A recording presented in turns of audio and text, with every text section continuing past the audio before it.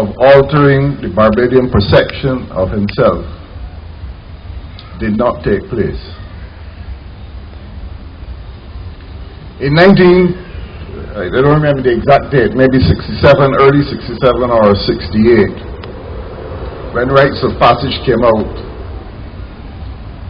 evoking more of a demand for people, black people in Barbados. It had a fundamental effect on me, along with the other experiences I had in the United States and Canada from 1958 through the whole upheaval of the Black Revolution in the United States.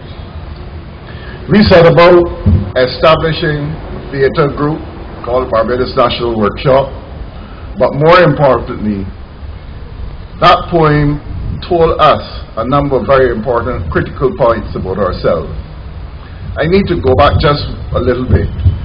I used to collect music and found that both Kamo and myself shared a deep interest not only in jazz, but in black music.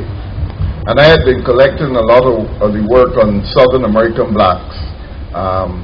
And I was going through a record shop in 14th Street and Broadway in New York when I was at NYU. And I came across a record in a brown jacket, no cover, not folkways or anything like this. And it was called The Cult Music of Jamaica.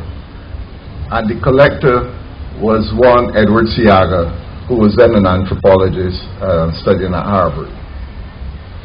I started to search to find out about other music about the Caribbean and found out that every single territory, including Caracou in the Grenadines, if you know, those of you who know the big drum dance and so on. San Pedro's Island, somewhere off Panama or Colombia. The Virgin Islands, and so on. But there was none on Barbados at all. Professor Connie Sutton, who had, in the 50s, did a lot of her field studies in Ellerton, St. John, and because of my old man, I got to know who she was, both she and Paula Marshall, the novelist. And I went to her at NYU and I asked her why the anthropologists have refused to acknowledge the music of Barbados. And she said, because they didn't think Barbados was black enough.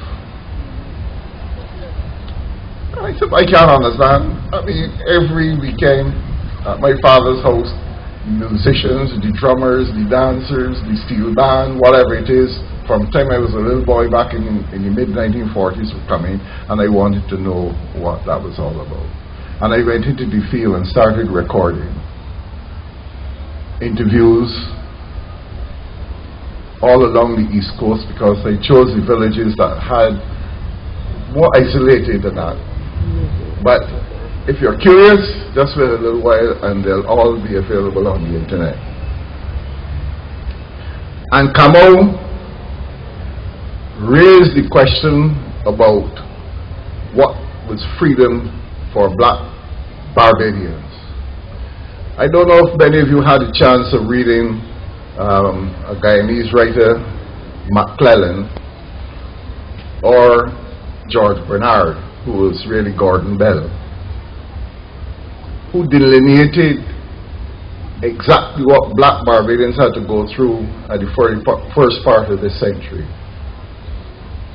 And more importantly, that nothing was being written about it. And we not only went from the plays, but we also started Black Night as a tribute to Kamo, to get people using nation language, because the respect for nation language led to a respect of the contribution of black people to the development of Barbados, instead of having Barbadians move into the middle class and move away from the roots because they were not respected enough. The lessons in Rites of Passage, not just that one point, but the whole tone of what Kamo was saying, taught me, and I consider him my teacher. And when we introduced the Buster Awards back in 1972, and he spoke at it, which I've got the videos and so on and the audio to be released. A lot of you think I'm a madman. You'll have an opportunity to decide and make that decision, because I'm going to produce all the documents that has led to that, and a lot of the things that Kamau was writing on. As a matter of fact, Kamau used to come and stand up in the audience at the Mofa Keith Payne's Rum Shop in Bax's Road and Tudor Street, listening to Kofi Akobi, listening to Boo Rada, listening to El Verno del Congo, listening to Pharrell, listening to so many different people who were reading and performing. Tony Thompson, young Tony Thompson, 16 years old, he did Fuzzy's sermon, which was a takeoff on Granville. By the way, I speak at his funeral either tomorrow or something, because he not only married me in my second marriage, but he's also my children's godfather, and he baptized 3 of my children.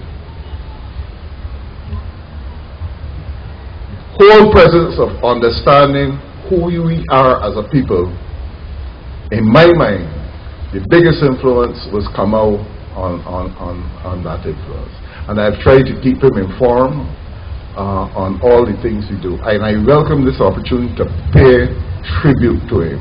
But I want to pay tribute in another very significant way. On the 8th of May, which is my 76th birthday, I am launching 7 books. And I'm paying that tribute to him, and I'd like to invite Beverly to come forward a minute and collect these books to give to Kamau, as she knows that I always pass and drop off something for him at cow pasture, even though. Beverly, are you still here? Could you please?